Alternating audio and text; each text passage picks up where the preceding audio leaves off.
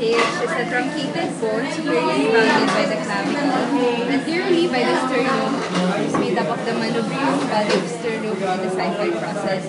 So, bounded anteriorly, laterally, and posteriorly connected to the vertebra with the ribs. There are 12 ribs, and the first 7, 1, 2, 3, 4, 5, 6, 7, will be the true ribs.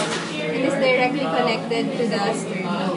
While the 8th, 9th, and 10th is connected to the costal cartilages found a rib above it, so superior rib. And 11 and 12 are floating ribs. So for the ribs, we have 2 parts, yung cartilaginous part and the bony part. In between 2 ribs is a space, which is called the intercostal space. And then it is named in reference to the rib found above it. So ito yung first rib, ito yung first intercostal space. Ito yung second rib, ito yung second intercostal space. So, an important bony landmark would be the sternal angle of reading or the manubriosternal joint. So, it is in line with the second rib. Take note, second rib and not the second intercostal space. Second rib. So, it is important during physical examination of the chest, yung sa heart, yung mga valves. Kasi di ba yung equation emphasize, let's say, dito yung atrial, ito yung pulmonic, then tricuspid, then mitral. So, laging i-reference with the, nahanap muna, pag physical examination, yung landmark na to, before it. So, yeah. Now, for the muscles. So, for the muscles for respiration, first, ano to? Pectoralis major. Pero wala siyang rule for respiration. Nasa chest wall lang siya. This one,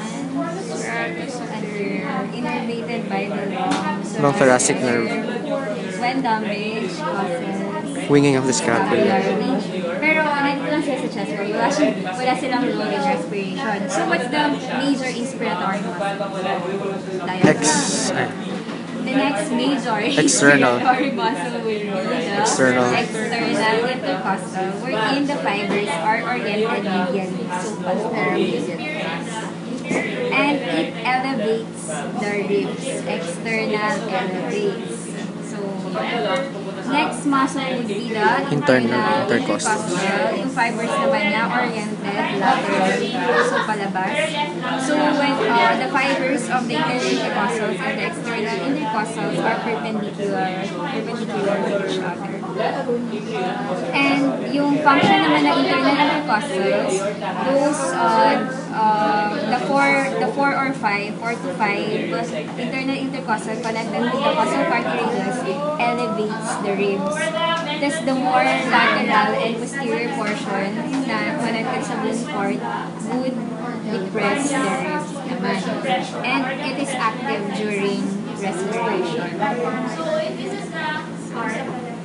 Next muscle will be the innermost intercostal. It is thought to elevate the ribs, pero walang this picture nagsabi it participates in neither respiration or inspiration.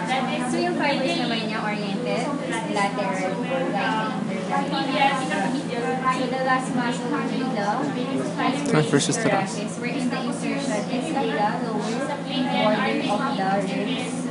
So when you breathe, ano yung ginagawa niya? So for the bronchial so it is also important to use the accessory muscles, cleidomastoid and scales.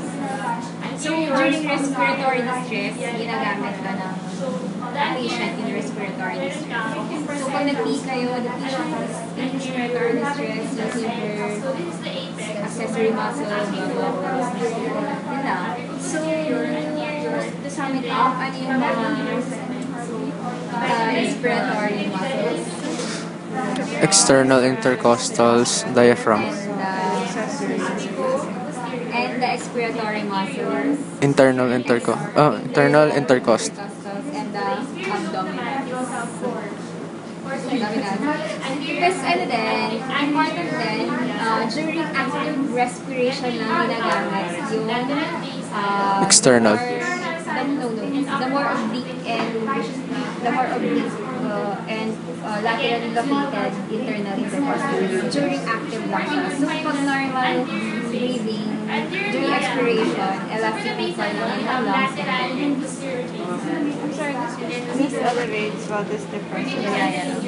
And yung more lateral and nasa bony part na yung active during expiration. In Ito, expiration. pag normal pa. Minamantain niya lang yung contour and shape. Other